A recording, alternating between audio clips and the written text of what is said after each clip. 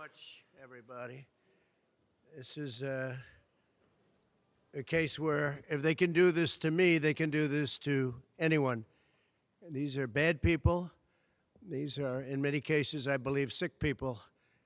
When you look at our country, what's happening where millions and millions of people are flowing in from all parts of the world, not just South America, from Africa, from Asia, from the Middle East, and they're coming in from jails and prisons, and they're coming in from mental institutions and insane asylums. They're coming in from all over the world into our country. And we have a president and a group of fascists that don't want to do anything about it because they could right now, today, he could stop it. But he's not. They're destroying our country. Our country is in very bad shape. And they're very much against me saying these things. They want to raise your taxes by 4 times. They want to stop you from having cars with their ridiculous mandates that make it impossible for you to get a car or afford a car. But make it very possible for China to build all of our cars. It's a very serious problem that we have. We just went through one of many experiences where we had a conflicted judge, highly conflicted. There's never been a more conflicted judge. Now, I'm under a gag order, which nobody's ever been under. No presidential candidate's ever been under a gag order before. I'm under a gag order, nasty gag order, where I've had to pay thousands of dollars in penalties and fines and was threatened with jail. Think of it. I'm the leading candidate. I'm leading Biden by a lot, and I'm leading the Republicans to the point where that's over. So I'm the leading person for president, and I'm under a gag order by a man that can't put 2 sentences together, given by a court, and they are in total conjunction with the White House and the DOJ, just so you understand. This is all done by Biden and his people. Maybe his people more importantly. I don't know if Biden knows too much about it, because I don't know if he knows about anything. But he's nevertheless the president, so we have to use his name. And this is done by Washington, and nobody's ever seen anything like it. So we have a judge who's highly conflicted. You know what the confliction is. Nobody wants to write about it, and I'm not allowed to talk about it. If I do, he said, I get put in jail. So we'll play that game a little bit longer. We won't talk about it, but you're allowed to talk about it. I hope you do, because there's never been anybody so conflicted as this. As far as the trial itself, it was very unfair. We weren't allowed to use our election expert under any circumstances. You saw what happened to some of the witnesses that were on our side. They were literally crucified by this man who looks like an angel, but he's really a devil. He looks so nice and soft. People say, oh, he seems like such a nice man. No, unless you saw him in action. And you saw that with a certain witness that went through hell. And when we wanted to do things, he wouldn't let us do those things. But when the government wanted something, they got everything. They got everything they wanted. It was a rigged trial. We wanted a venue change where we could have a fair trial. We didn't get it. We wanted a judge change. We wanted a judge that wasn't conflicted. And obviously he didn't do that.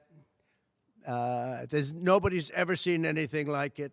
We had a DA who was a failed DA. Crime is rampant in New York, violent crime. That's what he's really supposed to be looking at. Crime is rampant in New York. Yesterday in McDonald's, you had a man hitting him up with machetes, a machete. Whoever can imagine even a machete being wielded in a store, in a place where they're eating, and he's going rampant. And Bragg is down watching a trial on what they call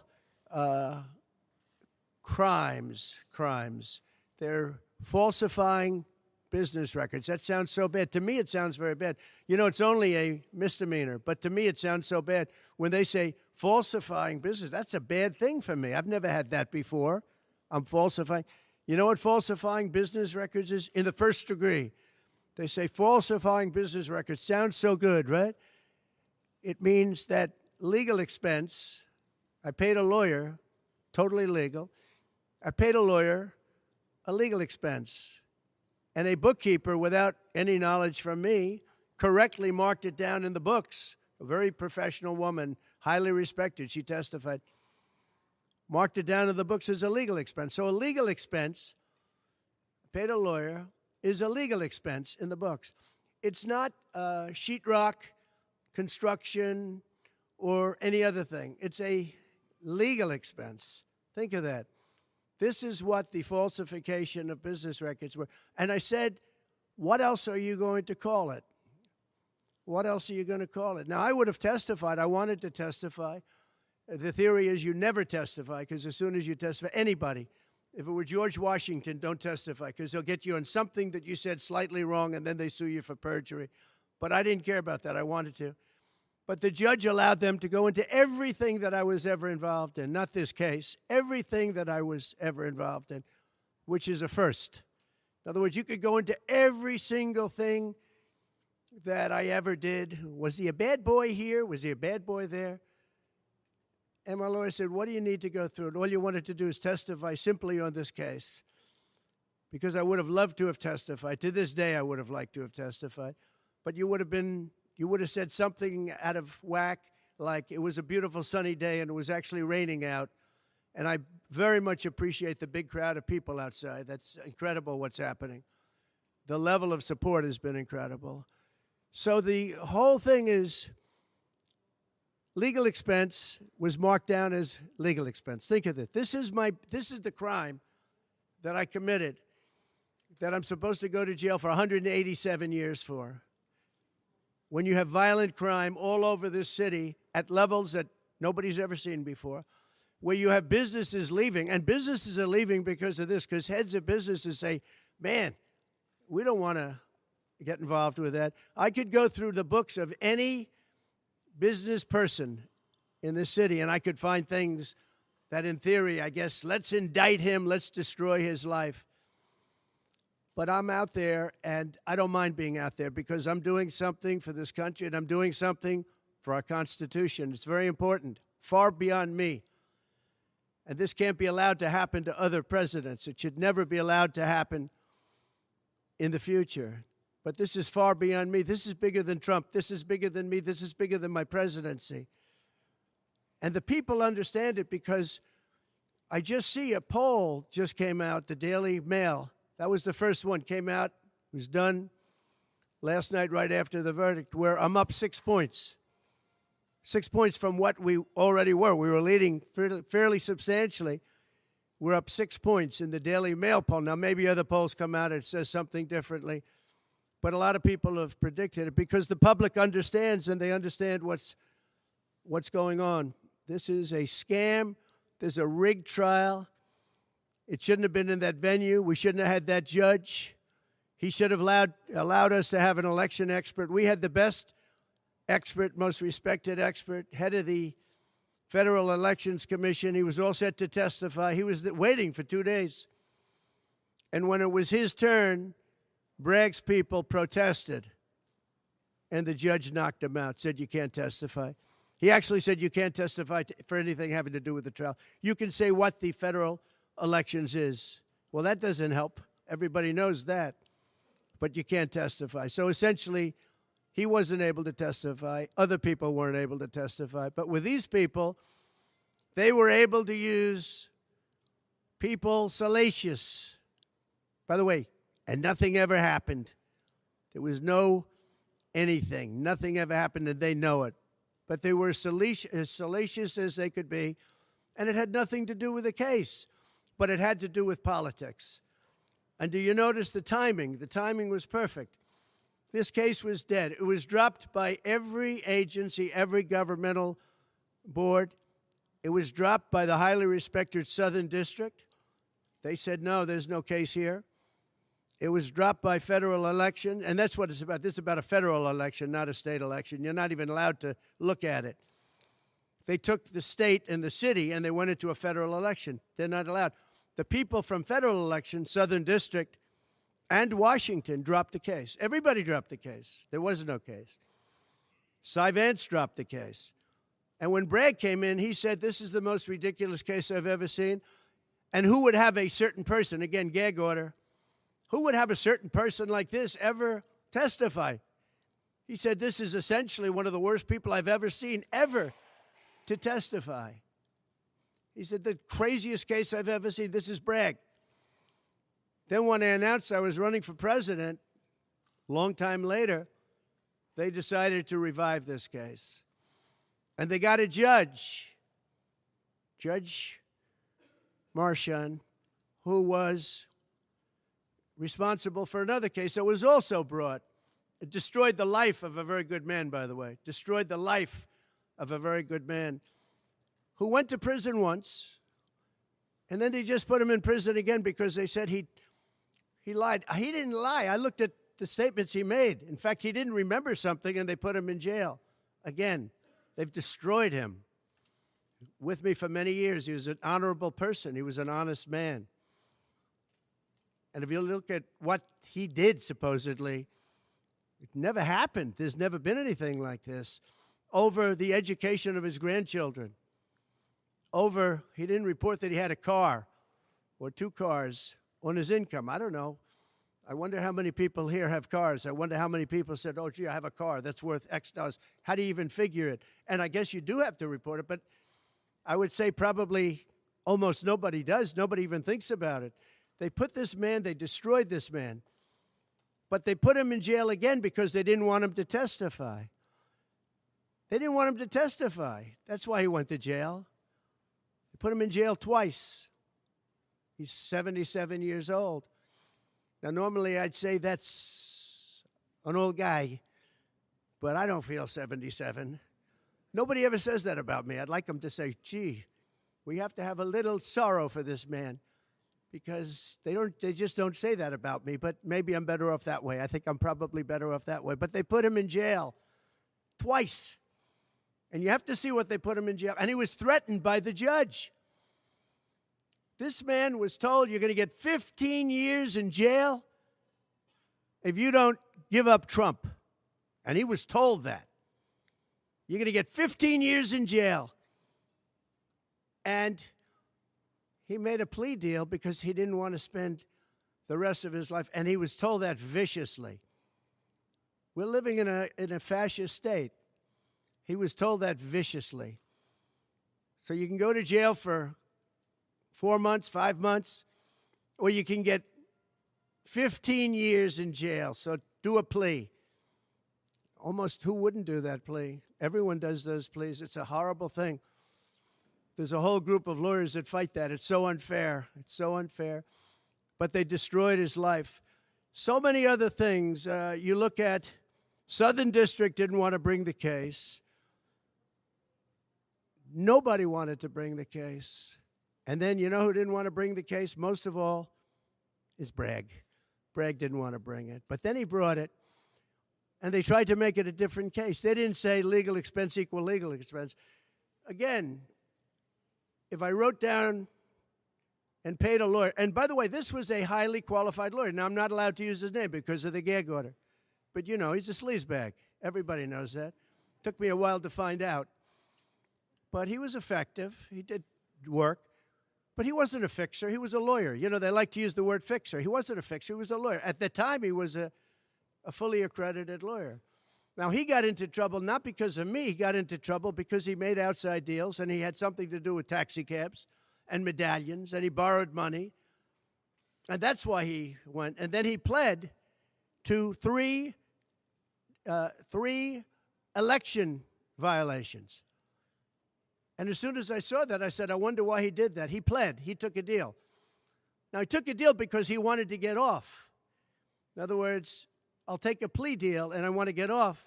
And he wanted to make a deal with the Southern District.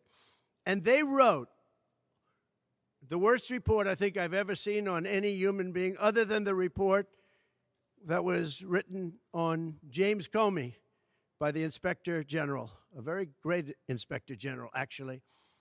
Wrote a report that was so bad. This one was possibly worse. The Southern District, the judge didn't let us use it. He said, it's hearsay. I said, it's not hearsay. Wouldn't let us use it. This is about the man. But he got in trouble for a very simple reason, because he was involved with borrowing a lot of money, and he did something with the banks. I don't know if it's defrauded the banks, but something happened. You guys know what it is. And then in addition to that, he gave up on three things where he wasn't guilty. In fact, they were going to testify in that. The head of the FEC, the Brad Smith, the election expert, #1 rated in the country, was going to testify. He took a plea on three things. He just added them in because that gave him more bargaining power with respect to me. But the three things that he pled on, having to do with the election and having to do essentially a little bit with me, they weren't crimes. They weren't crimes. Nor is paying money under an NDA. So we have an NDA, non-disclosure agreement. It's a big deal, a non-disclosure agreement. Totally honorable, totally good, totally accepted. Everybody has them. Every company has non-disclosure agreements. But the press called it slush fund and all sorts of other things. Hush money, hush money. It's not hush money. It's called a non-disclosure agreement. And most of the people in this room have a non-disclosure agreement with their company. It's a disgrace. So it's not hush money. It's a non-disclosure agreement, totally legal, totally common. Everyone has it. And what happened is he signed a non-disclosure agreement with this person, I guess other people, but it's totally honest. You're allowed to make the payment. You don't have to make it. You can make it any way you want. It's a non-disclosure agreement. And he signed that. And there was nothing wrong with signing it. And this should have been a non-case. And everybody said it was a non-case, including Bragg. Bragg said, until I ran for office. And then they saw the polls. I was leading the Republicans. I was leading the Democrats. I was leading everybody. And all of a sudden, they brought it back. It's a very sad thing that's happening in our country. And it's a thing that I'm honored. In a way, I'm honored. It's not that it's pleasant. It's very bad for family. It's very bad for friends and businesses. But I'm honored to be involved in it because somebody has to do it. And I might as well keep going and be the one. But I'm very honored to be involved because we're fighting for our Constitution. The money that was paid legally. There was nothing illegal. In fact, the lawyer in creating the NDA, because at that time he was a fully accredited lawyer. He wasn't a fixer. I never thought of him as a fixer. The media called him a fixer, or the prosecutors called him a fixer. He was a lawyer, and he was fairly good. Later on, I didn't like what he did. I didn't like, for instance, I didn't like that when I became president, he went around and made deals with companies. When I heard that, he was gone. He was gone. And he had payments coming to him, and a lot of this involved things that are very simple. There was nothing wrong. This was standard stuff, all standard stuff. Everything involved was standard. There was no crime here. In fact, I just watched a couple of the reports. You watched Jonathan Turley, Andy McCarthy, Greg Jarrett. You look at all of these people, Mark Levin, all very talented people, great people, many more. And they don't know me, essentially. They don't know me. They're legal scholars and experts. But I look at them. I watched Turley this morning saying, there's no crime here. Everybody says there's no crime here, except for this DA that's got the city out of control with crime. It's absolutely out of control. So we have an NDA that was signed. We have legal expenses. And here's the thing on legal expenses. You have 100 where they say, they do a charge. I just recorded this out. Falsification of business records in the first degree. It sounds so bad. I said, wow. And even my own lawyers, I get very upset with them because they don't say what it is. They say, well, falsification of legal records is only a felony. Well, that's a lot. It's only they say a misdemeanor. But they try and bring it up to a felony if there's two crimes. They have all these different things. The other thing is they miss the statute of limitations by a lot. because this was very old. They could have brought this 7 years ago instead of bringing it right in the middle of the election. So they missed the statute of limitations. They did everything. Now, let me give you the good news. The good news is, last night, we just got a report this morning, in the history of politics, I believe, maybe I'm wrong, somebody will find that I'm wrong, maybe, but I don't think so. They raised with small money donors, meaning like $21, $42, $53, $38, a record $39 million in about a 10-hour period. No, think of that. I like those people.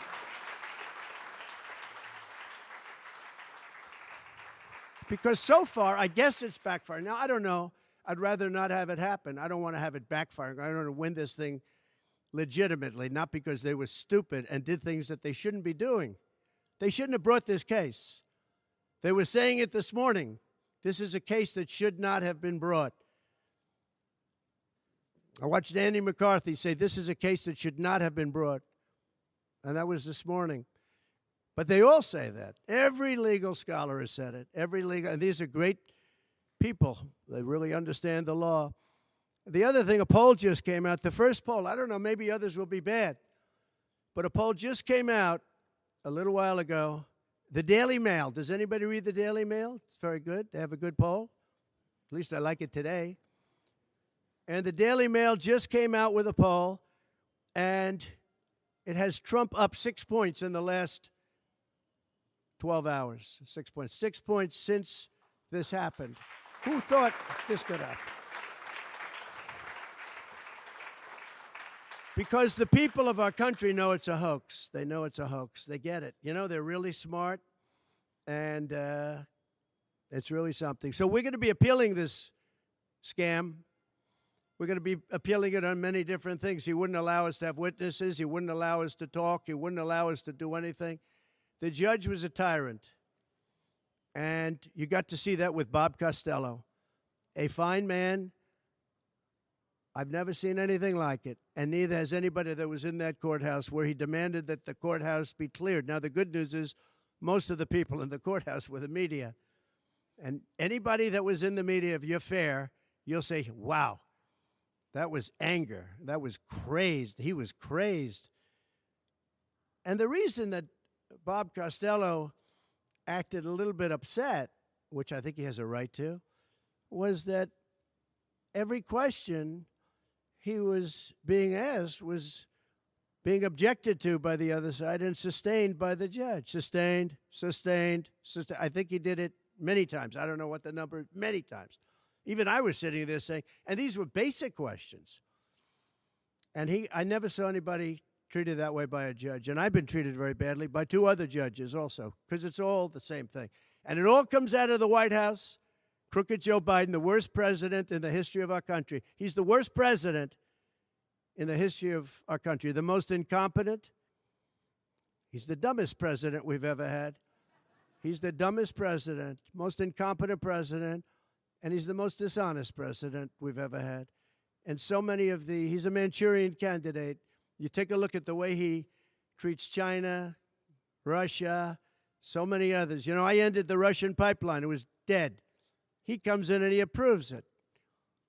And he gets $3.5 million, meaning $3.5 million is paid to the family, his family, from the mayor of Moscow's wife.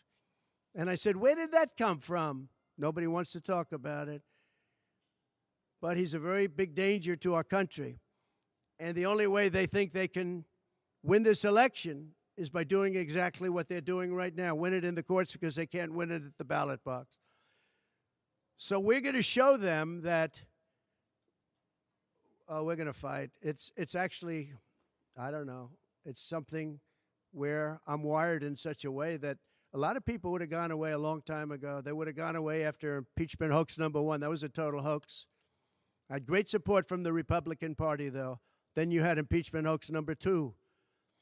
And then they formed the committee. How about they formed the committee of thugs, the J6 committee of thugs. And they took their records and they destroyed all of the records after the committee was abandoned because those records were great for us. Now, can you imagine if Republicans did that? Everybody would have been in jail by now. Think of it, the unselect, I call it the unselect, they call it select committee, I call it the unselect committee of thugs. They meet, it's 100% Democrat and 2 past Republicans that are no longer Republicans, that are no longer in business anymore, thank you. But it was all Democrats and 2 wayward Republicans. Liz Cheney and crying Adam Kinzinger. He cries every time he goes on television. He's the most emotional human being I think I've ever seen. And that was our representatives. These 2 people were our rep. So they had all this stuff that they're leaking. And then when it came time to look at the records, like where the police said and the Capitol Guard said that I supplied, think of it, that I recommended as many soldiers or National Guard as you want. 10,000. If you had 500, you wouldn't have had a problem. There wouldn't have been a J6. But Nancy Pelosi and the group didn't want it. Anyway, so they have testimony to all of that, that I did not attack the Secret Service agent in the front of a car. You know, these are strong people. And I supposedly went to the driver, and I grabbed him around the neck. And he rebuffed me, and then I went to the other guy, who I think is a black belt in karate, and he's slightly younger than me. Maybe 35 years, 40 years, 50 years. And I grabbed him around the neck and said, he's a black belt in karate. They know how to get somebody from around their neck. They would have gone like this, and that would be the end of that. Actually, I had a friend that said, you shouldn't dispute that. That makes you look like the toughest cookie we've ever seen. You should have let that go on. But the fact is, it never happened. It was all made up. And that was proven to be made up. It proved to be a false story. And they deleted and destroyed all of that information, every ounce of it. We're dealing with a corrupt government. We have a corrupt country. Our elections are corrupt. Our borders are open. Our borders are going to be closed very soon. November 5th is going to be the most important day in the history of our country. Now, when I say that, because my people are always saying, do this, because we're fighting for America, DonaldJTrump.com. I hope everybody watching right now, DonaldJTrump.com, because it really makes a difference. They have a lot of money on the other side. I don't know where they get it. Nobody knows where they get it. But for some reason, they get money. But they're not on the side of our country. In many ways, I think they hate our country. Who on earth can want open borders where people are allowed to pour in from countries unknown, from places unknown, from languages that we haven't even heard of? We have people sitting in schools with languages where very few people have ever even heard of these languages. It's not like Spanish or French or Russian. Languages unknown. We have people coming from corners of the globe, and many of them are not good people.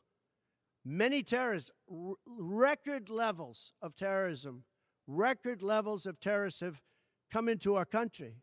Record.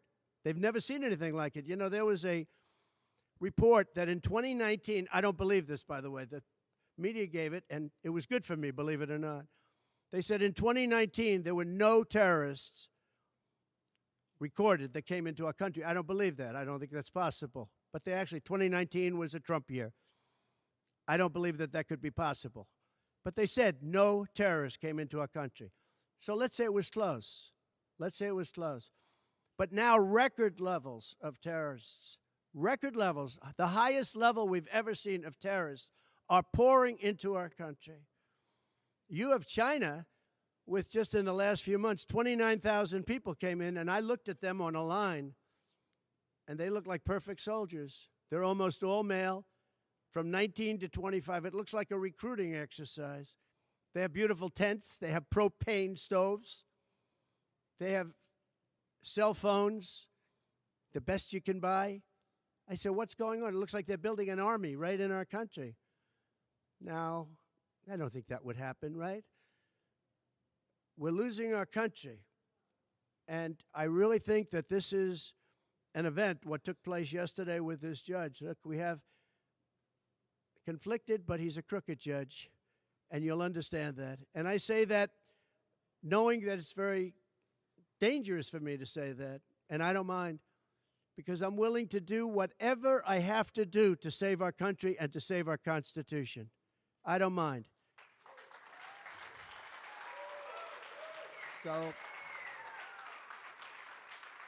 So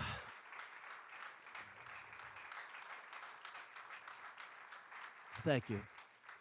So we will continue the fight.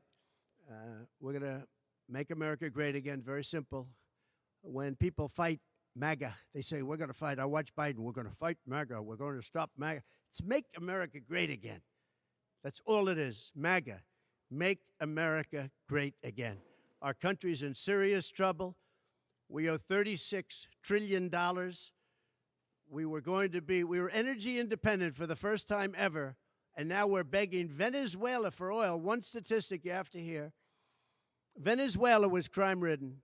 Caracas, the cities, crime-ridden. 2 years ago, 3 years ago. They just reported a 72% drop in crime in the last year because all of their criminals, most of them, and the rest are coming in now, the ones that didn't come in. In Venezuela, their prisons have been emptied into the United States. Their criminals and drug dealers have been taken out of the cities and brought into the United States. And that's true with many other countries. The Congo has just released a lot of people from jail. Congo, Africa, just released a lot of people from their prisons and jails and brought them into the United States of America. This is what's happening to our country, and it's not sustainable by anyone. Little things like our kids can't have a Little League game anymore because you have tents and you have migrants living on the fields. That's the least of it. People are taking over our luxury hotels, migrants, and yet our veterans, our great veterans, are living on the streets like dogs. They're living on the streets. But migrants are living in luxury hotels in cities all over our country run by Democrats. So it's my honor to be doing this. It really is. It's a very unpleasant thing, to be honest. But it's a great, great honor. We're gonna do what I have to do. I'm going to do it. And the support has been, that's why I mentioned the number of $39 million. That's why I mentioned we're up 6 points. And we went up a lot over the last month because everybody saw it was a rigged deal. It was a rigged trial. But we're going to make America great again. We're going to make it better than ever before. November 5th, remember, November 5th is the most important day in the history of our country. Thank you very much, everybody.